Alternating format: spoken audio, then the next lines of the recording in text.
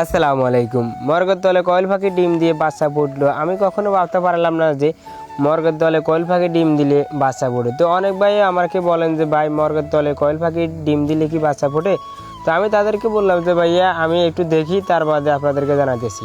কারণ আমি দেখার পরে আপনাদেরকে যে কোনো বিষয় জানাই কীভাবে আপনারা সহজে বাচ্চা ফুটাতে পারেন। তো আমি একটা মর্গের দলে 40টা ডিম দিয়েছিলাম। দীর্ঘ 17-18 দিন পরে একই মেশিনের মতোই যেরকম 17-18 দিন পরে মেশিন থেকে বাচ্চা আসে। আসলে মর্গের দলে একটু 2-1 দিন আগে আসে মর্গে। তো আমি 40টা ডিম দিয়েছিলাম। 40টা ডিম দেওয়ার পরে 28-30টার মতো বাচ্চা পেয়েছিলাম।